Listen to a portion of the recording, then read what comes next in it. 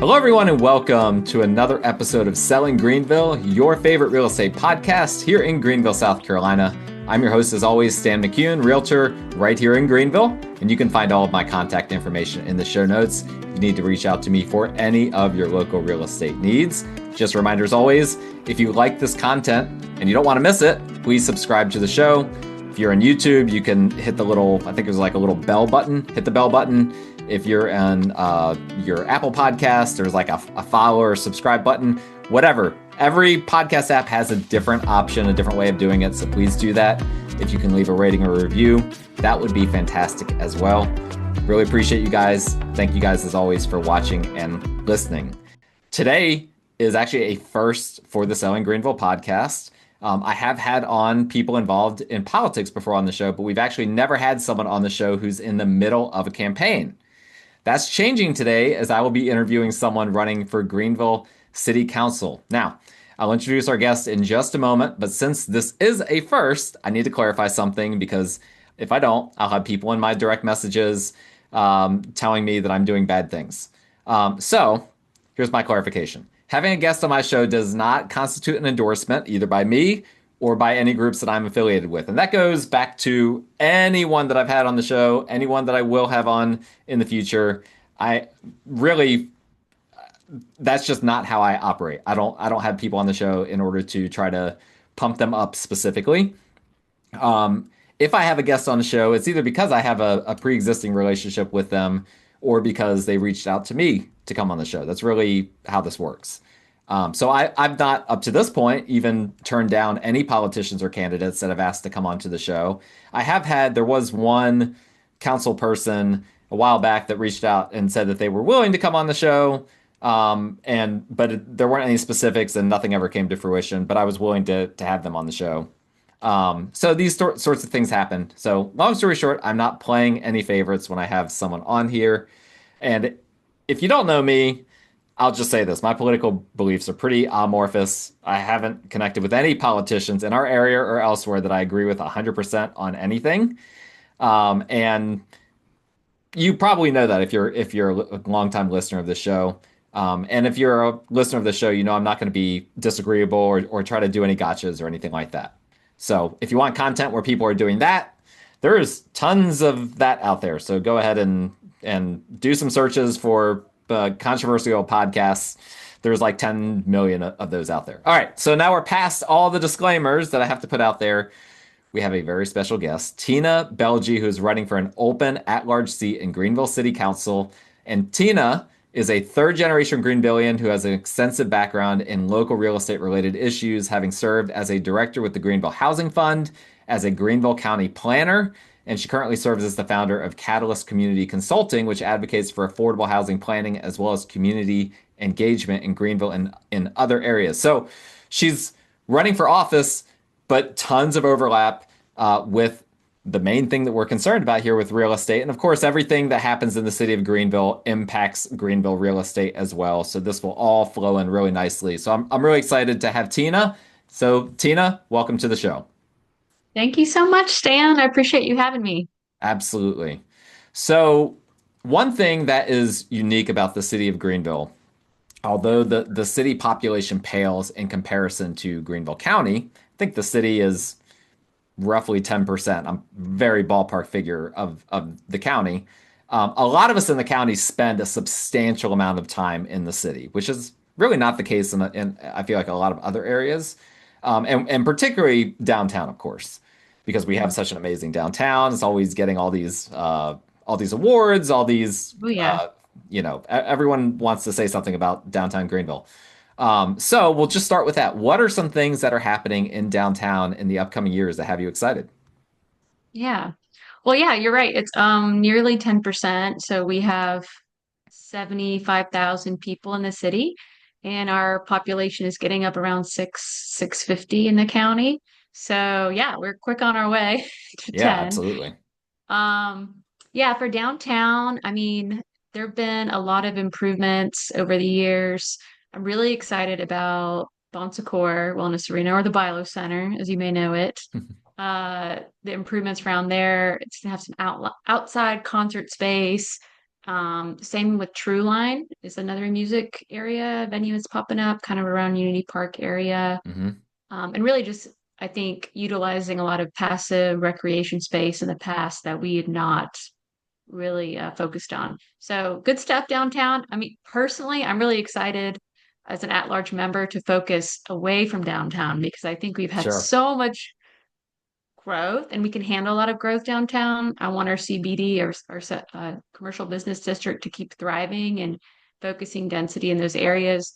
But I'm even more excited to grow the nodes in our city Hmm. that were developed in the 2040 plan, which I helped just participate when I was at the housing fund with. So I would love to have little mini downtowns all over. Do you have specific areas that you have in mind, like when you say something like that? Yeah. I know that So you if can't you make go any to, promises, right? oh, no, no, no, of Because it course takes a not. whole council and a mayor and all of that. You're just one It certainly person, but does. It certainly does. But there's already an archetype and map for these nodes on the Greenville 2040 plan. So it's from 5 years ago. Our city decided these are going to be the areas that we can handle growth and we want to manage it. And all I want to bring to the table is incentivizing, actually building incentives for those areas. We have zoning, of course, which helps direct some growth. But if we want, adaptive reuse of vacant buildings or some more affordability in certain nodes, or you want some more economic development, some small businesses to thrive. As you know, we see some leaving downtown, going to other areas. We need some incentives around it. So that's my goal. Some of the main ones I think about are here on Pleasantburg, where I am, and Rutherford, kind of Wade Hampton, end of Cherrydale area, entering the city. Lots of opportunity for Pleasantburg. I mean, we need some love. Like it's oh pretty yeah. That's it. That's the area that I live somehow. in. I live right over by Wade Hampton High School, Oh, so okay. Oh, um okay. So we're not far. We're probably neighbors. yeah, I'm just Yeah, outside of I the think city. okay, you're just outside. Yeah, I'm just on the very edge. Yeah, we need some love on that end. South Pleasantburg as well. Lawrence Road, McAllister Square, connecting out to CUI car and Verde. There's a whole Lawrence Road, plan. Yep. So I think all those things would, you know, provide some capacity anywhere you have like a 4 or 5 lane road, versus like some development we're focusing on like 2 lane roads, and I'm like, getting anxious. So interestingly, a lot of people that like to bike, as in cycling, Yeah. listen to the show.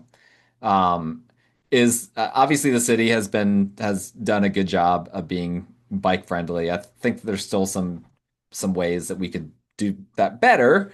But Yes. outside of downtown, what is the push in the city for making, those nodes that you're talking about more bikeable?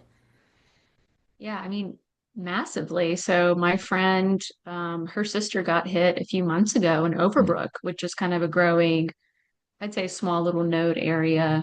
Um, yeah, I mean, I cross Wade Hampton to Overbrook all the time, to bike. It's going down, it's a pain coming back. But no, it's not safe. People got hit. Pedestrian crossed in West Greenville a few weeks ago also was hit. And so biking and ped is super needed in these nodes, because you're connecting neighborhoods to these little nodes, right? yep. And you're wanting to make sure everything's interconnected. Getting to downtown should be easy by bike. Everyone is driving electric bikes now. Like it's a huge thing. Yeah. I love to see it personally. I'm a big fan of actually protecting a bike lane, having cement and then Hmm. having, a little more green space on the side, if Sure. not having some, real separation of some kind, some balusters, And aren't something. they going to do some of that, like around like the airport, the downtown airport did a whole Mhm. thing, a whole like community Oh yeah. involvement thing. Aren't they planning to do some of that around there? They are around there, and then also there are different parts of the city still yet to come. I believe Pendleton Street will have some Hmm. more. Um, and I think over time, I hope we'll see the city take on more roads to manage from the state. 'Cause that's the biggest Hmm. issue. It's like the city Right. owns, or the state owns like 60 to 80% of the roads, depending where Yeah. you're at.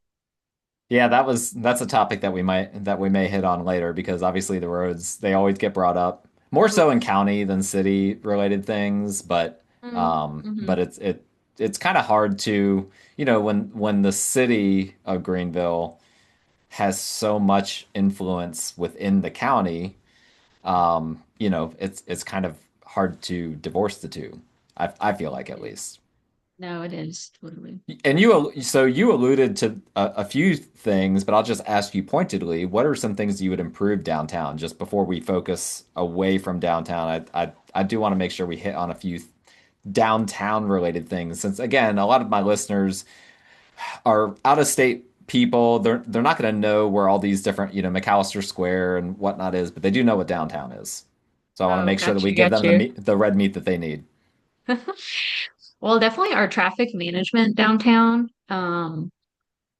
There are some improvements. I know I went to a meeting the other day about, downtown traffic plan, and so that is in the works. Um, sorry, my dog, my dog's barking still. I don't think we can hear Oh, your dog, oh, so. good, good. Um, okay. Yeah, I mean, some of that is like turning some one turn lanes into two turn lanes, instead of having backed up on Academy or Stone is a real Mm, problem hmm. too. Yeah, it's a major problem. It's I don't know why that right hand lane on Stone isn't also a straight instead of just a right. Do you know what I'm I talking agree. about? Yeah. Like Hmm. what in the world? Anyway, There's a few little things like that that don't make a ton yes. of sense. Yeah, you're coming out of downtown and so those I think the traffic improvement downtown, enforcement downtown. I did a ride along the other day and I'm going to the Citizens Police Academy. And it's really like, it's very difficult for them to find somewhere to park and patrol for downtown areas just because of how the built environment is. Mm. But we need enforcement for speeders and people who run red lights. Like, if I see one more person run a red light in the city, Mm. like, I straight up was like, can I citizens arrest somebody? Like, this is so It's a great bad. idea. I Also, mean, the people that pull into the middle of the intersection that's while the light is green, but knowing that it's going to turn red while they're in the middle of it, that yeah. drives me crazy. I mean, I'm for it if it's green and then you're yellow and you're going, but Right. just sitting and sitting and sitting Yeah. and then it's like this weird cluster. Also for downtown, I really believe this. If you live downtown, you shouldn't own a car. Like you shouldn't need to own a car, I guess is what I mean. If you Sure. want to pay for an extra spot, that could be revenue to the city. We have, city parking Hmm. that they could buy, spaces for. But that would do a few things. Obviously, take cars off the road, reduce traffic, better air quality, all those things. But think about how many stories of parking we have to build into any apartment now, Hmm. too. So that's extra height, that's extra skyline that's being taken up. Right. So I'm a big believer in good transit, and we finally reached that density in downtown where we can really do some good transit planning and just make that more efficient. I would like to see instead of buses, though, just utilizing our trolley system better. So right now they only go like Friday, Saturday, Sunday, Hmm. and they're in the evening mostly. And during the day, I think it's way more accessible than the bus personally. Yeah. My kids love to get on the trolley. I took It's my been 4-year-old it's on been yesterday. probably 10 years since I've used the trolley, and it's mostly because I just never know. Like, it's like, oh yeah, you gotta look it up on the app, and then it's like it's not clear where it is or when, and there's definitely a Yeah. lot of room for improvement. They do have a newer app, which is so much better than the old Okay. trolley app. It's called Transit. And I think I agree totally. The old app was not good.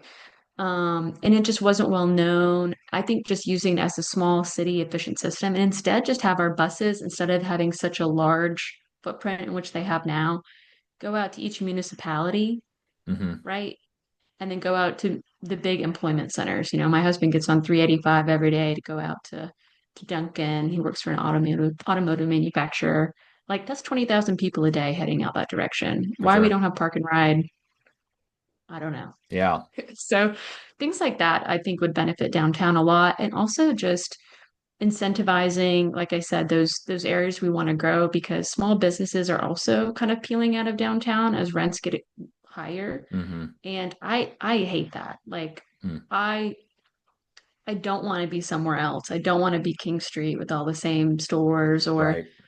I think what makes Greenville unique is our small businesses and our neighborhoods and our green space. And once we start losing those, which we are, you have these bigger box stores come in, and then Hmm. they eventually often move too.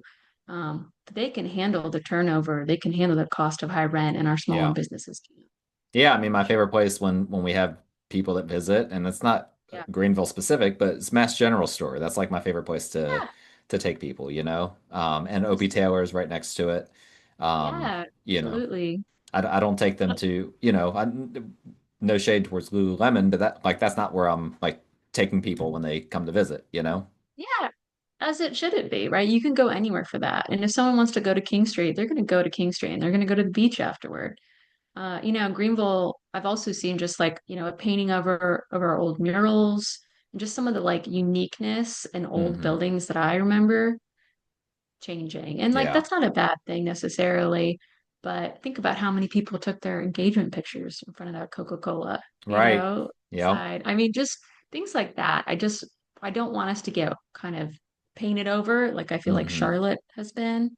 Just feels very sterile. Yeah. Yeah, that's a great point because a lot of people like to say we don't want Greenville to become the next Charlotte, but usually that's like density coded, like they're talking specifically about that they don't want more people coming here and us building more, but that's a different slant to it and I like that. Can I ask you a personal question about, or not Yeah. a personal question, a personal issue for me, downtown?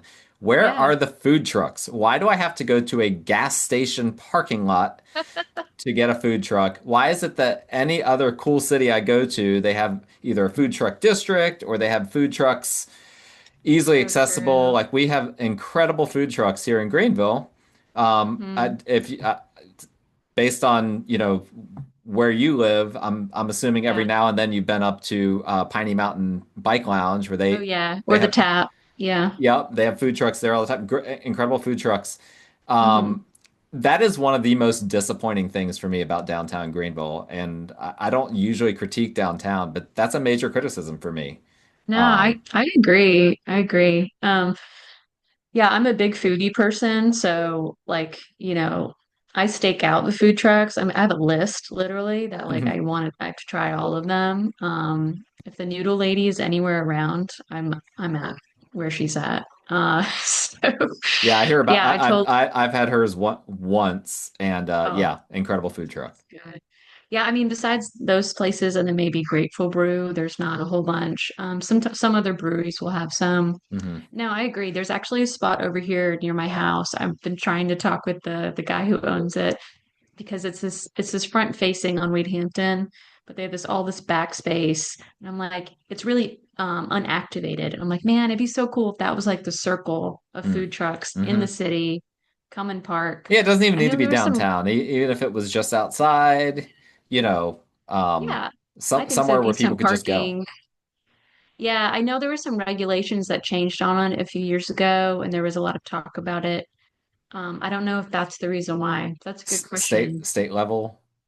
No, I think it was local. Okay. I think it was local. But Yeah. they obviously come downtown for every like Main Street Friday and Downtown Alive on Thursdays, and then every a bunch of city events. They do have food trucks, but outside of that, yeah, there's not really like a common space to park. Yeah, and I feel like again, like whether it's, like even like the Cleveland Park, for instance, or the zoo parking lot over there, where they Yeah, they have I think it's Kona Ice and whatnot, Kona Ice. Yeah, but there's always space there. Yeah, it's just absolutely. like I see all these opportunities. I'm like, why? Why are we not maximizing this? Anyway, Yeah. I don't want to get I love that, too off the Stan. rails. That's such a good one. Okay, I'm gonna make a note real quick. I'm gonna look at Uh, the regs. okay, yeah, I'm very curious, and I'd be curious if the regs were if there was some kind of special interest group.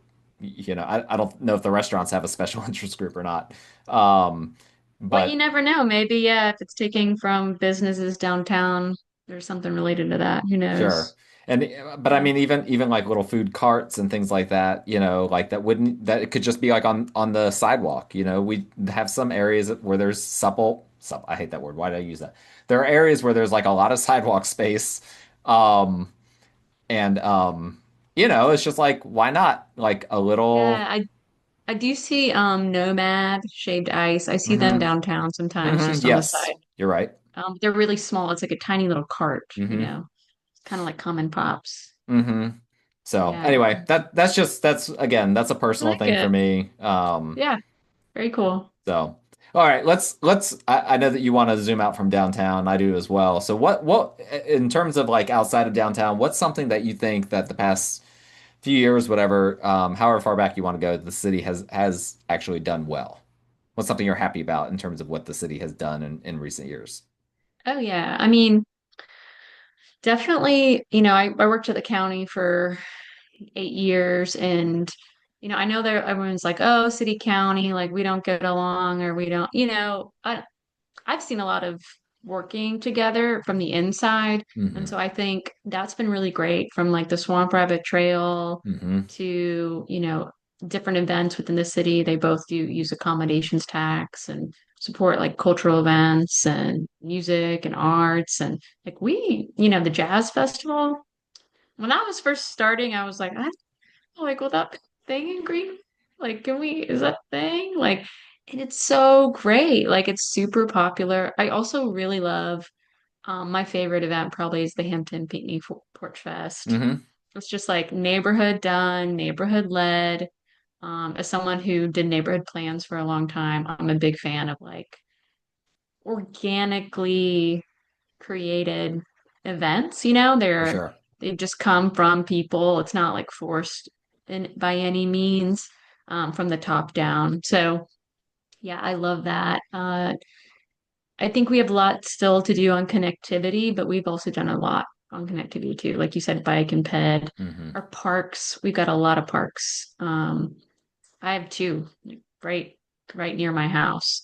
So I think recreation is very strong for our hmm city. So we're doing a lot well. And on the housing side, I've been part of that. At the Housing Fund, I was there for 4 years, and we helped get, $12 million towards affordable housing, through a loan with the city. American Rescue Plan dollars. We helped stabilize rent for people who are facing eviction during COVID. Um, with thousands of units, hundreds of homes. Sure. So Do you ever get yeah, we pushed? have been doing When you it. talk about that, do you ever do people ever push back and show hostility towards like, well, we shouldn't Oh, be building so much? um, not normally if it's affordable product, Okay. right? I mean, in general, people understand the cost of living is here and hmm like incomes are here. Yep. But I do think it depends what terms you use, because some people just hmm have an idea of like affordable housing as, public housing or Right. tenements or things like that. And it's just very different than it was, hmm I think, in the 60s, 70s, and 80s. So, For sure. um, we work with like mixed income communities. So you'd have a neighborhood or you'd have an apartment complex or you'd have, some duplexes and you wouldn't know who is a low income tenant and who's not. Like Sure. it's designed to be good for everybody and where hmm everybody thrives instead of like concentrating poverty, which is never good. You right. So yeah. We, So we I we've think done it that. We've done that depends. before. We shouldn't do that again. No, no. And it stings. I mean, I'll say I think there's still some of that that goes on just the way our federal tax credit system is written Right. sometimes. We still have that.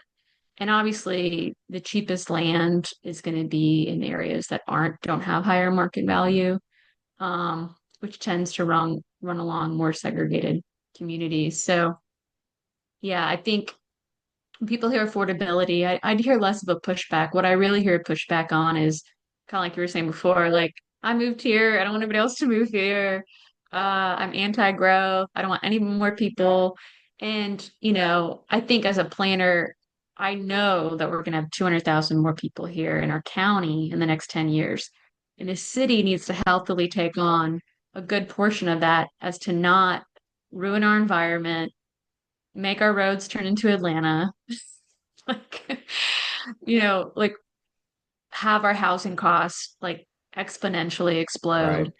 And so I think, you know, there's a healthy balance, and that's where planning really comes into account because you're looking at the road, you're looking at putting infrastructure in. You don't want to put the cart before the horse, which happens a lot.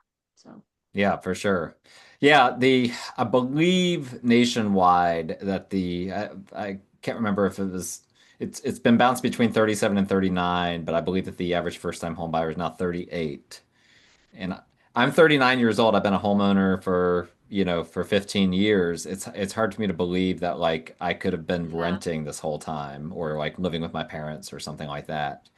Um, yeah, so what yeah. what I think I was 26 when I got my first house. Right. yeah, which is, that is traditionally the American dream, and Yeah. that's being people are being robbed of that. What are some things the city can do about that, what's some meat that's still left on that bone?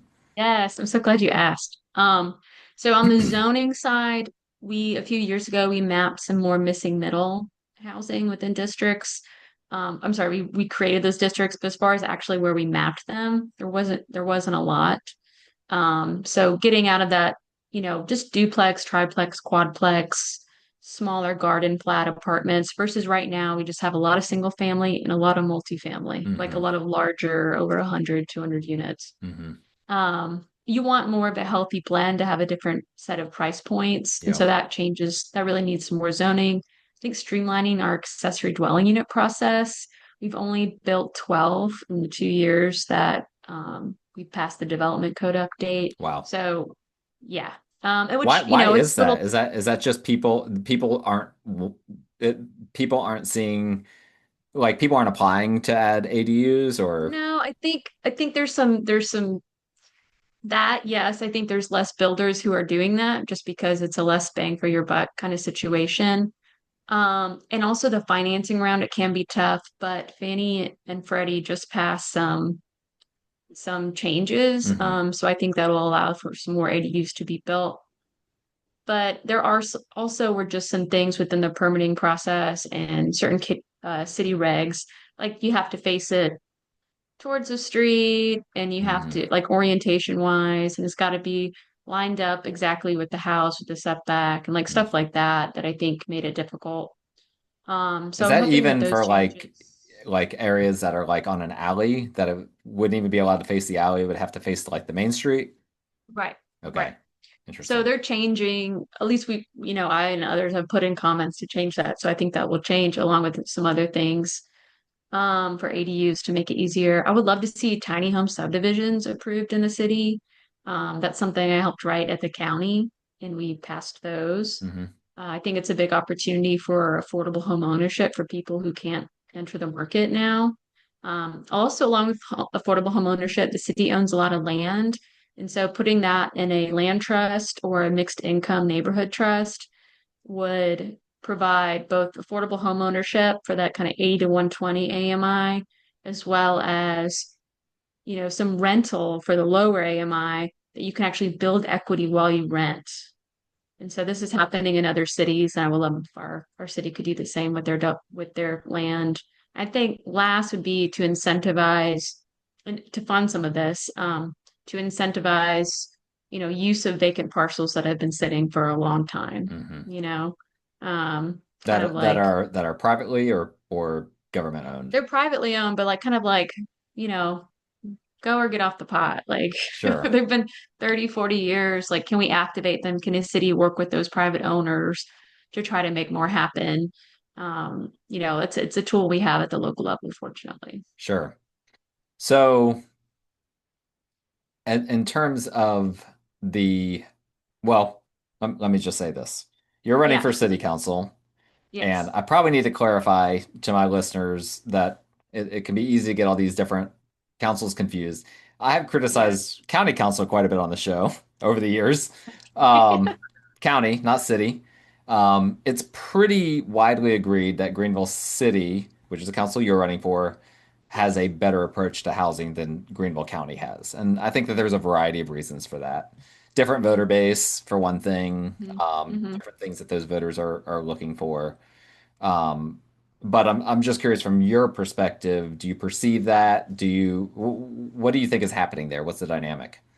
I think the city has been a leader in this space, certainly. Starting from 2015 with our homelessness white paper and the creation of the housing fund I worked at, that's been emulated across the state.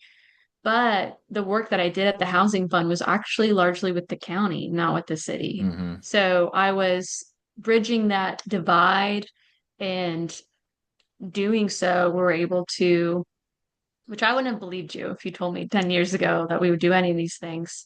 And I think it's also a PR thing. I think the county kind of has a bad rap, but really we've done a lot. Like we passed $10 million of American Rescue Plan of the county towards affordable housing. That's gone into home ownership, affordable home ownership. We've, got 5 million of general budget dollars also towards affordable housing. We passed a multifamily tax abatement, which I helped write along with two other council members to incentivize the private sector to enter into affordable housing, right? Outside of, federal tax credits. Hmm. And, if you pro provide a certain percent of affordable, then you're going to get some subsidy back, some actual tax abatements. Hmm. And so that is county-wide, but it affected all the municipalities within the county as Sure. well. And so we've actually like done quite a bit. It's kind of a teeter-totter, like we might go back and forth with the county. Right. But I think that's why it's so important I be in this role because I can help bridge that again with city and county, knowing their council members much better and having worked with admin for so long, well, since I I know worked you've been there. endorsed by a couple sitting council, county council Uh-huh. people as well. That's right. Yeah. Um, so were you involved when the UDO, when the Unified Development Ordinance was drafted by county? Yes, I was. So do you It's have any things that you'd like to say about them scrapping it? Oh my gosh. I Yeah, it had was to, I'm such a sorry. no, it's fine. No, it's such a big disappointment, honestly. I can understand it to an extent because the new folks coming in, they're like, oh, this is a lot. But it was like for 5 years at least that we've been working on it. How much money was spent drafting that? Do you know off the top of your head? Gosh, I don't know. I don't know. I would say at least 250 to the consultants, probably more, probably like 500,000, if not Hmm. more. But yeah, I ran the Greenville Affordable Housing Coalition at the time, and we put our notes into the to that development code to have some of the things I mentioned to you on the city side, also on the county side. The city has some affordable housing incentives, the county didn't, and so adding those in, um, just some changes. Having ADUs being legalized in the county is the biggest one, and really that to me has been the hardest loss for Hmm. this is because we just worked really hard Yeah. to to make a lot of that segue. Yeah. But I still think it's still being talked about. I think what you'll see are piecemeal amendments instead. Um, so, it's What do you unfortunate. think? What do you think is the outside of like ADUs? What do you think is the just for someone that doesn't really know anything about the UDO? Like, what should they know Yeah. about what was in it? And now that the county has essentially said we're not acknowledging this anymore, what does that mean? Yeah, I mean, I think the biggest thing was taking our code and reforming it to the way not it wasn't, we have Euclidean zoning still at the county, and that's kind of the oldest, way to think about zoning where, you're separating industrial from farmland and you're making sure things are protected and separated from each other.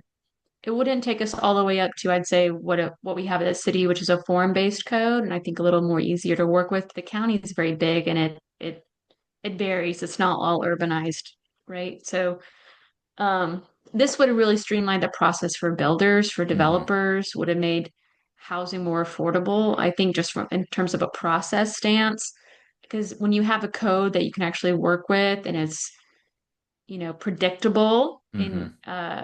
easy to follow as a builder or Right. developer, then that translates to a savings. And on the planning side. Absolutely. Staff, like you're not going back and forth constantly on different opinions. you have the land use matching up with the zoning is the biggest piece. There's a lot of things in Hmm. there.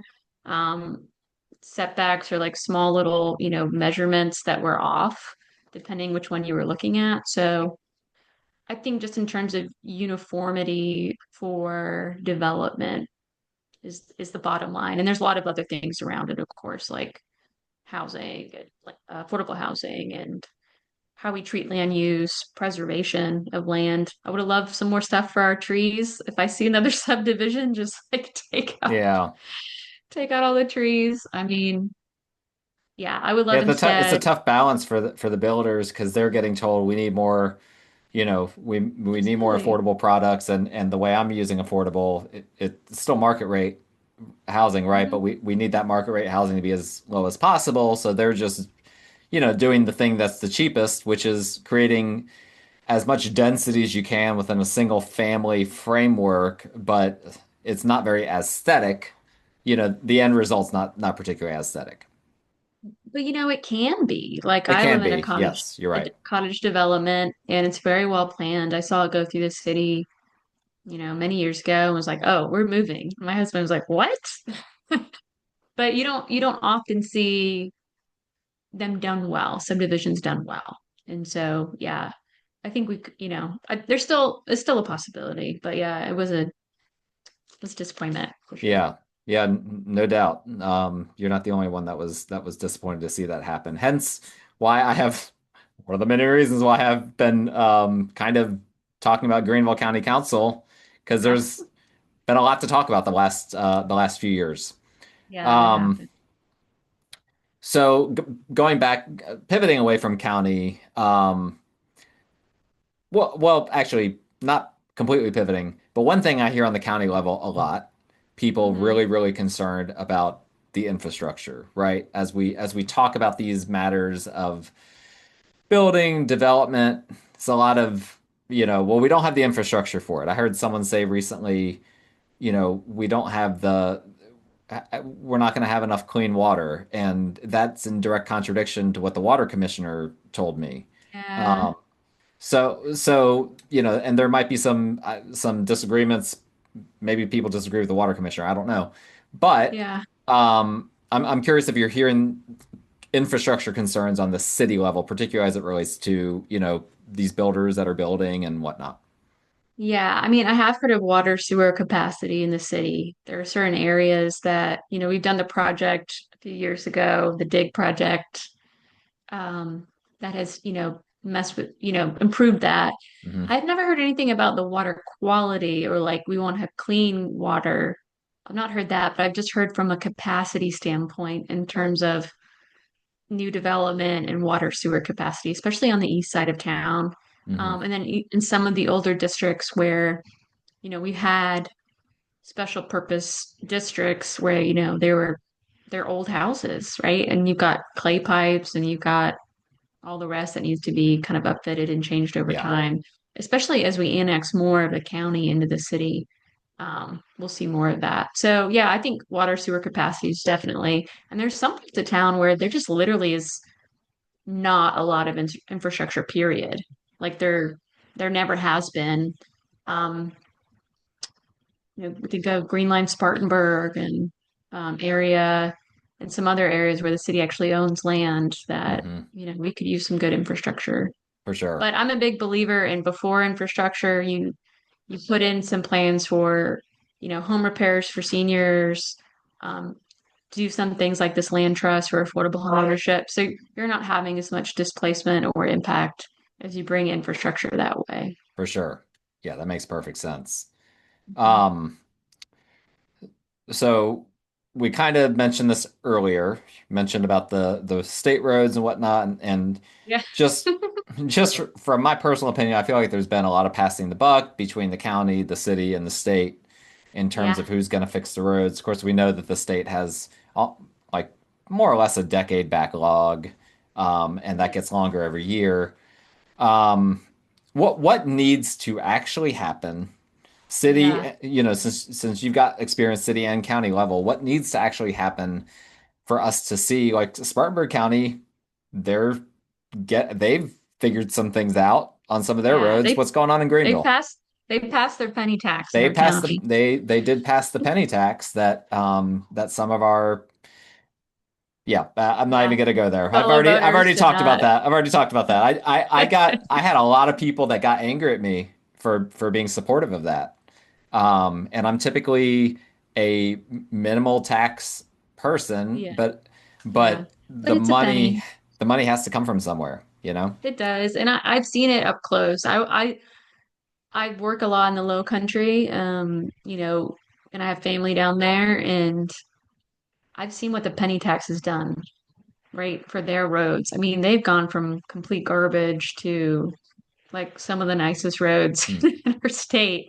Yeah. Um, so yeah, after seeing it up close, I can appreciate it more. So what we could do are a few things. I think the city, we have a city lobbyist, and there's other cities we can work with. I think need to put pressure on the state around this because that penny tax passed in the city, but we don't have Hmm. the authority to enact it within the city because of precedents at the state level. Hmm. They've gone ahead and said, even if you pass it within a municipality, you have to do it countywide. It's just silly. It's just Yeah. silly to me. I Right. mean, if we want fix our roads, let us fix our damn roads. Oh, Yeah. sorry. Sorry. No, you're fine. That's how I feel about it. I also think something we did at the county, which I really liked, is and I've heard the city is starting to do this. Um, so I don't know, maybe they heard it on our campaign trail. I don't know. I like to think that. But we've been talking about how the county has been actually taking care of managing some of the state roads. They've just been volunteering to take them over because they're like, you're taking so long. We're not even Hmm. on this list with this other road. Let's take advantage of that and we'll monitor. Of course, you're going to have to use county taxes to do and pay for that. Right. It's the same thing for the city. But I think the city could take on more of those roads that are so critical. Like I think I mentioned someone got hit on Pendleton Street. Hmm. I reached out to like the city engineer and I was like, this is like problematic. Like, what can we do?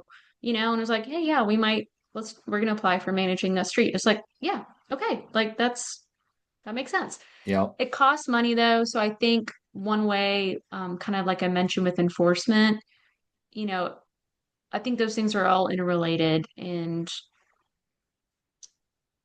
if we get a local penny tax, that would be the best option to pay for those roads within the city that we pass through a penny tax in the city. When you say And local, you then mean county? I meant like if we can get the state to approve that change and get Hmm. cities Ah, I to see. be able to pass the penny tax. I don't know if they'd have to do a whole nother vote or if they just retroactively be like, you just approved it, like technically, but Sure. we probably have to have another vote. Most likely, yeah. Most likely. But then we could use those for those city roads that we find really problematic and people are getting really hurt. Yeah. Yeah, for sure. Yeah, I mean, I feel like I feel like is one of the biggest bugaboos about the area. Yeah. And there's just a lot of strange political grandstanding. I feel like that's just Yeah. going on. I actually know people that I think too, like the procurement process, I want to say is a little more simple at the city too. So I think you have hmm, less red tape around city roads. Like the cost gets so inflated for state roads versus county and right. city. So I think it's also just a savings to taxpayers. I'm sorry, I interrupted you. I'm so No, sorry. you're fine. Yeah. No, I was just gonna say there are some public figures that grandstanded against the penny sales tax that privately voted for it. And that was when I found that out, I was not very What? happy. I Um, didn't know that. I yeah. did I did see my friend said he saw a council member putting a sign out against the penny tax. And I'm pretty sure you can't do that. That's illegal. Oh yeah, that's an Um, interesting one. Yeah, I didn't realize yeah, that. but they didn't Huh. catch them on camera, so it meant nothing. I was Wow. like, dang, that's why you always take a picture. Yeah, yeah. It's kind of crazy. I think eventually the appetite will be there, for people to accept, hey, we're gonna have to, this is not gonna get done without Yeah. more money, and nobody likes that. I hope so. It's just so hard though because the cost of living is just Hmm. so That's the problem. it is. I mean, And the and groceries, the housing, millage rate increase. I think that all yes, happening around the same time was really disadvantageous. absolutely. And we shouldn't have waited 30 years. That's just insane. Hmm. Like that's just coming back to bite us in the butt because we waited so long. Yeah. Um, yeah, I don't know. I think cost of living is so high. I think it's just going to be very hard. Um, but something has to be done. Something has Yeah. to be done, you Yeah, know? absolutely. Well, I've got a couple more questions here. I know you're busy, Sure. and then we can let you get back on the trail. Sounds good. Probably people don't realize just how much. Actually, I'm going to let you just say this. People probably don't realize how much goes into a city council campaign. I Oh my have, gosh. you know, over the years, not on the show, but over the years, I have interviewed many city council candidates in other capacities. And people don't realize that the city council campaign budgets oftentimes exceed six figures. Um, well, with Greenville City, not necessarily the smaller cities. Um, Yeah, so it's kind of a big deal. So it is. why don't you, you know, let's Yeah. take a pause from the issues. What are you kind of doing right now with Yeah, I regard to mean, your we're campaign? But you're talking to yeah, me right, right of now, but course. with regard to your campaign. Yeah, yeah. I mean, so the end of this month, yeah, is the end of our I think it's our third quarter. Um, it is yeah, you're right, $100,000, I think is we're at currently, or I think we're just past that. We're probably at 115. I think we're aiming for 125. It's yeah, it's ridiculous. I mean, It's I'm crazy. just a lower middle class family, like I don't know, with student debt and like Yeah. two kids that one I pay way too much for childcare. The other one is in elementary school, thankfully.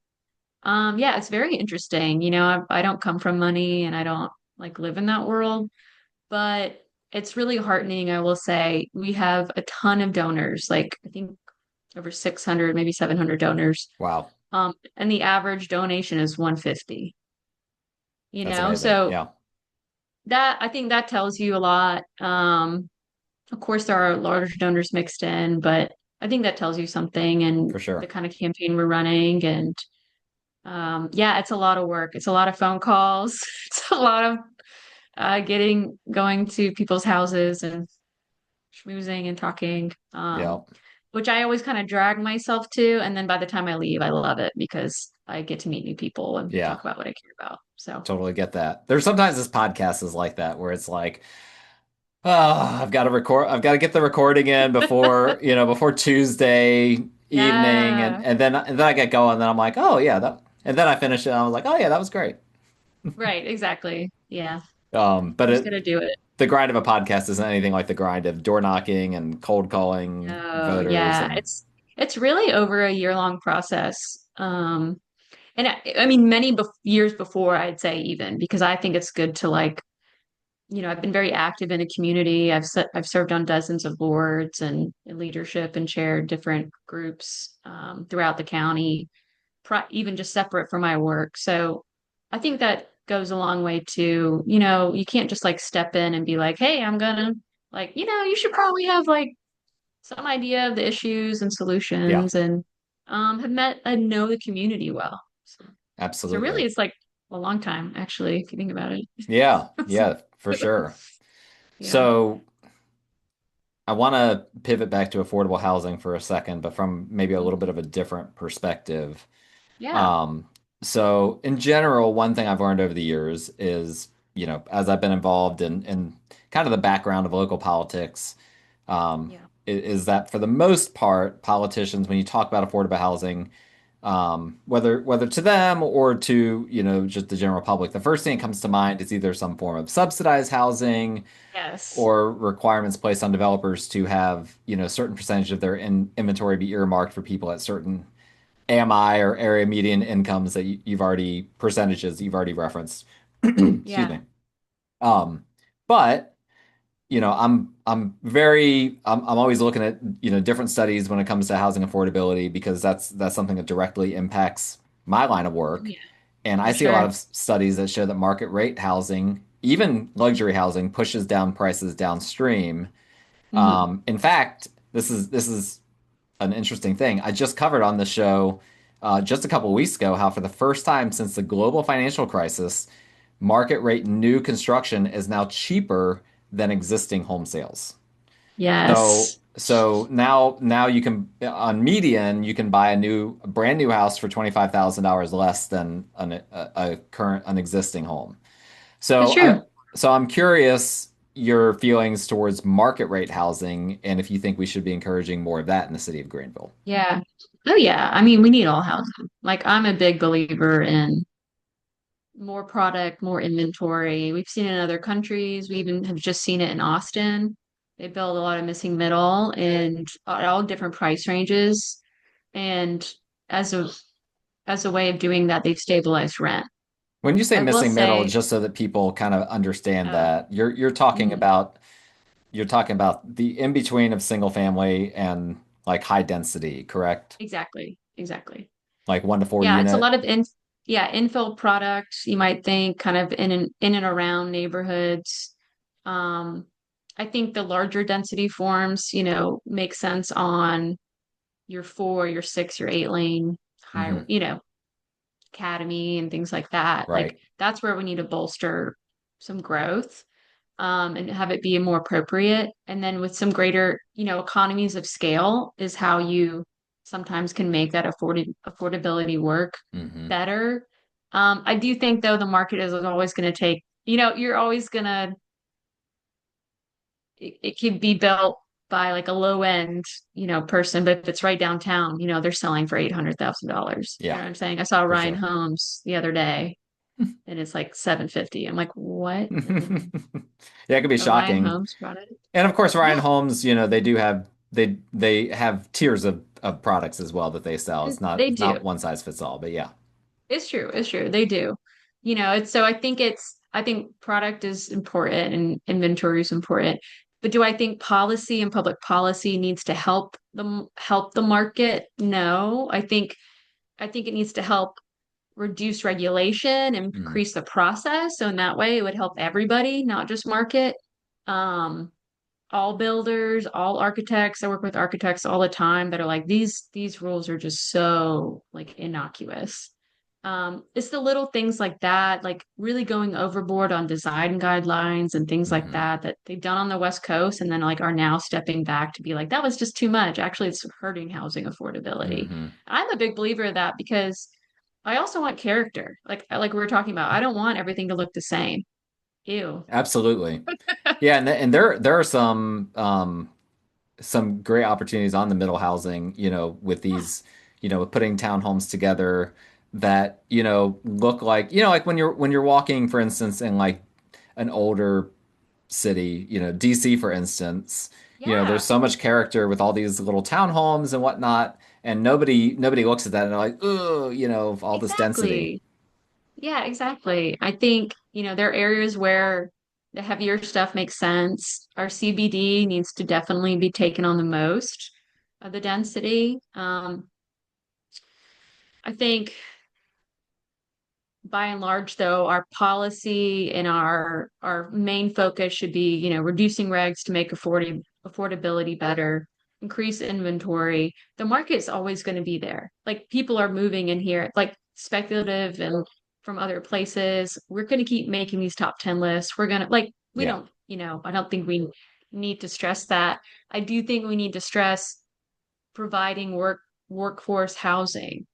Our teachers can't live here, our police officers can't live Hmm. here. And if we don't want to go the same route the low country has gone, and which I see like constantly, their restaurant and retail workers, as soon as they can get a job somewhere else close to Yeah. home, they're out of here, Right.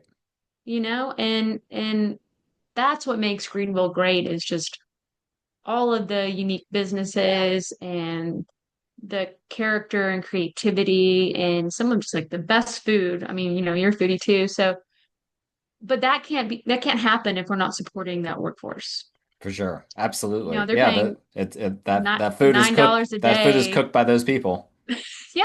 and served by those Yes. people, Yeah. And and it's they sad need a to place to me live. that like our nurses, our teachers, our police officers, firemen and women, like, yeah, they can't afford to live here. That's sad. I think that's very sad. I Yeah. think a thriving community is one that's truly inclusive and there's something for everybody.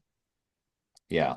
Absolutely. And that's something, I think that a lot of the conversation right now that we're hearing locally is people aren't realizing that, because I know that what I hear a lot of times is there's a lot of appetite for more commercial development, for more stores, for more restaurants, for things that benefit me, right? I'm already a Yeah, homeowner, so right, so I don't care about affordability for homes. I just want more places to shop and right. consume, right? That's the sentiment I keep hearing. And then you Yes, ask people, well, but where are those workers going to live? And right. then, oh, and by the way, you have a 12-year-old. Did you know that the average first-time home buyer is 38 years old now? Do you want them living with you for the next 26 years? Um, Absolutely. and these Absolutely. these are sorts of questions, and this is where we start to get into the discussion of you mentioned regulation. I have a property um, on Hampton Avenue in downtown Yeah, that I bought, that was in really bad condition when I bought it a few years ago, and we rehabbed it and everything. And getting in a different city inspector every single time, they one inspector will say you need to do these things, and another one will come in and say, actually that's not important. exactly. You got to do all these other things, and then you'll get a third one, and it's like, no, actually it was, and it's just like we, like sometimes getting a certificate of occupancy is like a marathon. Like it's a livable house, but it's not livable by, like, the city or the county doesn't consider it Yeah. livable. Same for Um, commercial. They have some of the same struggles. hmm. I So think so we what are can be done about very, that? yeah, I mean, the form-based code that we had from 2 years ago, I think was supposed to change and help some of that. There's still a lot of kinks, and that's why they're doing this update um, just over these next few months to kind of fix some of those things. I think, that Just feels that like it tax just feels like incentive, me when I'm in this situation. I'm literally at the whim of the yeah, inspector, and it's if true. I get, we had during this whole process, one guy that came in, and literally he was a commercial builder until he became a city inspector, Yeah. and he forced us to do commercial code for a residential property, and Yes. we had no recourse. There was nothing we could do to push back on Yeah, that. some of that is state level, like in terms of whatever, the structure, if it was a townhome or duplex or in our zoning code at the state, we are treating some things and treating them at a higher standard of Hmm. construction versus them really being that missing middle product. Why are they held to the Hmm. same standard as a large multifamily? And so part of it is state, but I think there are some things locally that I've heard from folks that could be changed to your point, to like lessen that same, litmus test of construction as a commercial. But it's because you're renting it, I'm sure. They were like, oh, it's going to fall. It's commercial, like It was even just it's this a one. residential It was use. just one inspector. The other ones that didn't have that commercial background didn't bring the commercial code into it. Yeah. So you're just getting all these opinions and it's Yeah, totally different. exactly. That was the that was the whole problem, is that it was just Wow. like Wow. Wow. Wow. one step Yeah. forward, two steps back. So I Yeah. I just wish that we could, just, and I know I'm not the only one, that there was just some No. kind of reform that could happen on that level. Yeah, I think that's some takes some diving down into the weeds. Hmm. But I'm that kind of person. That's what I like. So yeah, I look forward to that. Well, that's great. Last Yeah. question. This is just kind of a catch-all in case we missed something. Is there anything that you're focused on, or anything you just want to share with the audience, that you're doing, or that you want to do, or anything like that we've not talked about up to this point? Yeah, I mean, we've talked about, I think, transit. a little bit in housing, Yep. a little bit on trees. I would love our city to use our $3 million we're sitting on for tree fees. I Mm, helped write that ordinance and, replanting what we lost in Helene, going ahead hmm and getting rid of the dead trees, that ahead of storms, so we're not kind of sitting in the same place. We have 100-year-old oaks that are aging out all over the city. hmm So getting ahead of that, A lot of but those were the also, ones that were compromised during the storm too. yes, bad. And I see it. I've seen this city leaning on some properties and they don't clear cut, and then some other ones they do. And I just feel like if it's within that setback zone of the development plan, please God, just do what you can to save those trees. Like hmm maybe I mean, if they're dead, that's something else or diseased, Sure. but that's utility cost, that's quality of air, that's providing a buffer of sound for neighbors. And I wish we would do some more on that. Last, our big one is childcare. Mm. Just through some zoning changes, we could have that be more accessible in our city. Right now, it's a childcare desert. So, hmm oh, my We husband's got some animals in the background. That's yeah. awesome. So I think we could do more around just making that zoning more friendly and also like the after school and the summer camp programs that we have now through the city. They're overly subsidized. So that's actually, I think, kind of fiscally irresponsible. Like, why Mm, am I paying the same as somebody who makes $20,000 a year? I sure. could pay more of my fair share and we could have more spots for kids like we used to have pre-COVID and maybe even have some more funds left over to open up for age under 4, which is the hardest to provide in our city. And that's Mm. economic development. That's like gets people to work, Yeah, absolutely. it could be a big boost in our city. That's great. Well, Yeah. Tina, thank you so much for taking the time to come on the show. Um, I'll ask you for whatever contact information it is that you want to include in the show notes. So for those of you that are listening or watching, Tina, I'll put some information in the show notes where you can find out more about Tina, about her campaign, reach out to her, or if you have a campaign manager, however you want to handle that. Like I said, I'll get with you after we're done recording here. But thank you so much, and I really Oh, hope these next few weeks are going to be a grind, but I hope the campaign goes well for you. thank you. I appreciate it, Stan. All right, that is it for today's episode. Thank you guys so much for listening or watching on YouTube. Again, my contact information is in the show notes. Tina Belge's contact information will be in there as well. And just a reminder, as always, please like, rate, review, subscribe, all of those good things. We will talk to you guys next time.